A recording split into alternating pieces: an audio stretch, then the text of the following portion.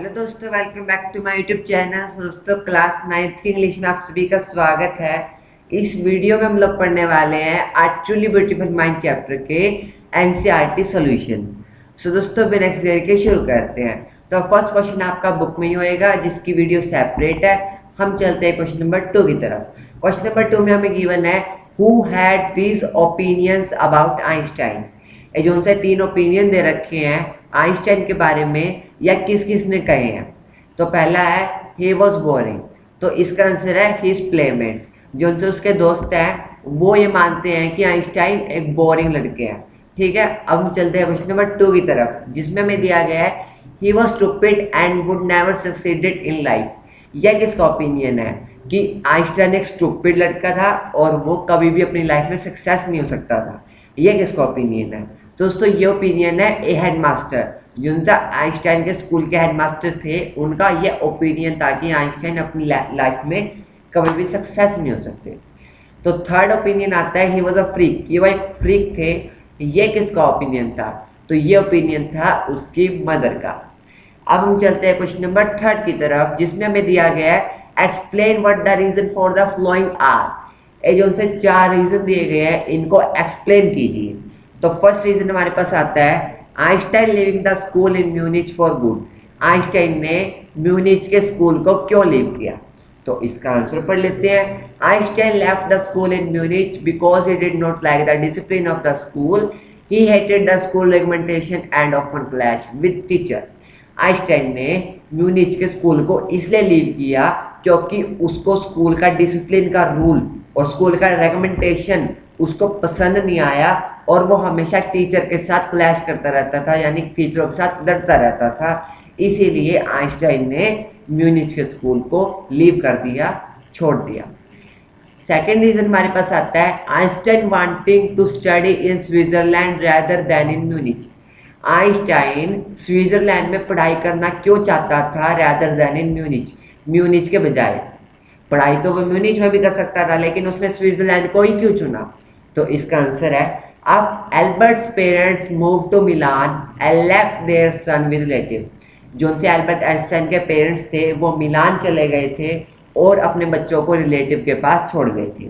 After prolong discussion Einstein got his wish to continue his education in German speaking Switzerland. Actually it was more liberal than Munich. और बहुत बड़ी discussion के बाद Einstein की इच्छा पूरी हुई कि आइंस्टाइन अपनी एजुकेशन यानी अपनी पढ़ाई जर्मन स्पीकिंग स्विट्जरलैंड में कर सके, क्योंकि स्विट्जरलैंड की लैंग्वेज थी जर्मन, और जर्मन स्पीकिंग स्विट्जरलैंड में वो अपनी पढ़ाई कर सके।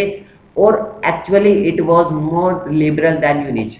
और स्विट्जरलैंड के लोग म्यूनिच से ज़्यादा पढ़े लिखे थे।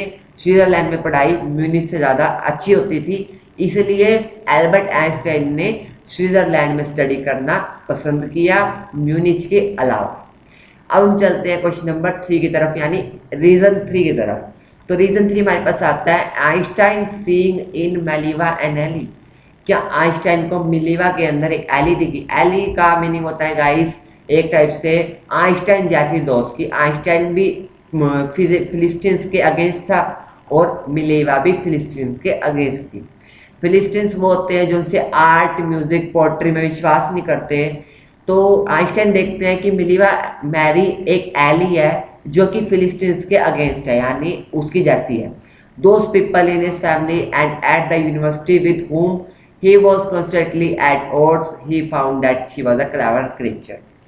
तो जो उनसे मिलीवा थी वो फिलिस्टीन्स के अगेंस्ट थी। फिलिस्टीन्स वो होते हैं जो उनसे आर्ट, पोइट्री और म्यूजिक में इंटरेस्ट नहीं करते, लेकिन आइंस्टाइन इंटरेस्ट करते थे क्योंकि वो वॉयलिनिस्ट थे, वो वॉयलिन बजाते थे क्योंकि उसकी मदद चाहती थी। तो उसको मेलिवा अपनी जैसी दिखी और अपनी दोस्त मान लिया आइंस्टाइन ने मेलिवा को, और उसको ये भी चीज़ दिखी कि मेलिवा जो उनका नेचर है वो क्लेवर है, वो बहुत ज़्यादा चालाक है। तो अब हम चलते हैं रीजन 4 की तरफ, जो कि हमारे पास आता है what do these tell you about Einstein, कि क्या चीज़ें आपको आइंस्टाइन के बारे में बताती हैं। तो fourth answer these tell that Einstein was a genius and had the capability to achieve his target. Moreover, he had his own view of life. He liked freedom too much। तो ये बातें हमें बताती हैं कि आइंस्टाइन जीनियस थे और उन पे इतनी कैपेबिलिटी थी कि वो हर टारगेट को अपने अचीव कर सके, और वो अपनी लाइफ को अपने नज़रिए से देखते थे, और वो फ्रीडम को बहुत ज़्यादा पसंद करते थे, वो आज़ादी को बहुत ज़्यादा पसंद करते थे। अब हम चलते हैं क्वेश्चन नंबर 4 की तरफ, जो कि हमारे पास आता है, what did Einstein call his desk drawer at the patent office why? कि आइंस्टाइन ने अपने डेस्क ड्रॉवर को पेटेंट ऑफिस क्यों बोला? तो इसका आंसर है, Einstein called his desk drawer at the patent office the bureau of theoretical physics, जो उसका ऑफिस का नाम था, bureau of theoretical physics. Einstein ने ये बात इसलिए बोली क्योंकि Einstein was actually developing his own ideas in secret and his drawer had all the evidences which could reveal the secret. जो आइंस्टाइन थे वो अपने सीक्रेट आइडियाज को उस ड्रॉवर के अंदर रखते थे, अपने ऑफिस के अंदर रखते थे, और उस ऑफिस के अंदर, उस ड्रॉवर के अंदर हर एक एविडेंस था जो कि आइंस्टाइन के सीक्रेट को रिवील कर सकते थे, उनकी पोल खोल सकते थे। अब हम चलते हैं क्वेश्चन नंबर 5 की तरफ, जो कि हमारे पास आता है, why did Einstein write a letter to Franklin Roosevelt? कि आइंस्टाइन ने फ्रैंकलिन रूजवेल्ट, जो कि अमेरिका के प्रेसिडेंट थे, उनको लेटर क्यों लिखा? तो इसका आंसर है, with the emergence of Nazis in Germany Einstein emigrated through the United State. It was the fact that the Nazis had the ability to develop the atomic bomb.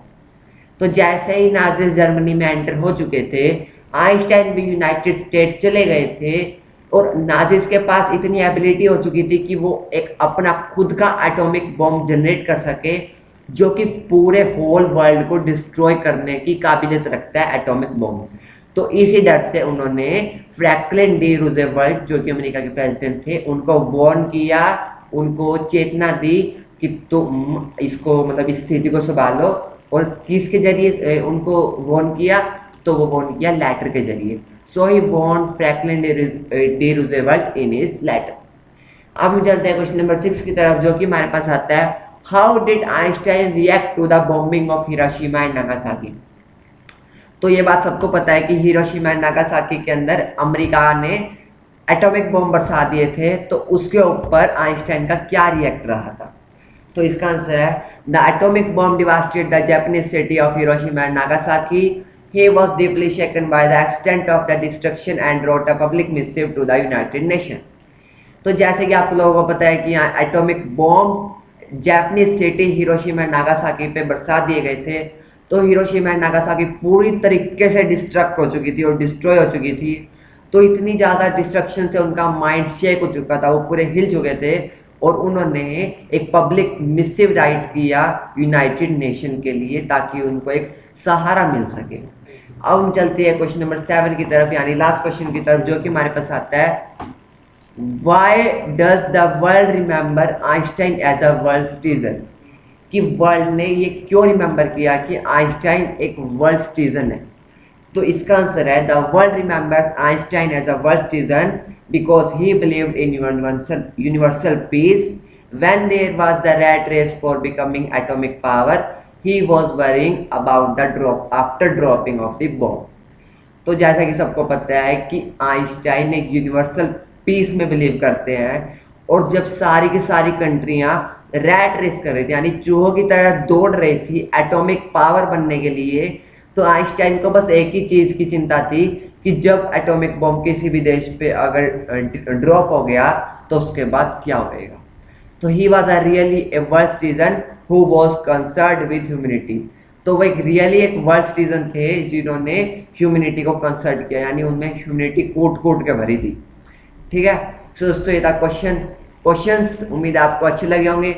अच्छे लगे तो अभी के अभी चैनल को सब्सक्राइब करो, अभी के अभी करो गाइस, ठीक है। और अगर कोई भी डाउट हो तो कमेंट करो, आपका भाई बैठा है रिप्लाई करने के लिए। कुछ भी डाउट हो तो कमेंट करो। ऐसी वीडियो देखने के लिए लाइक कर दो और चैनल को सब्सक्राइब कर दो। मिलते हैं नेक्स्ट वीडियो के अंदर। जय हिंद, जय भारत, बाय बाय।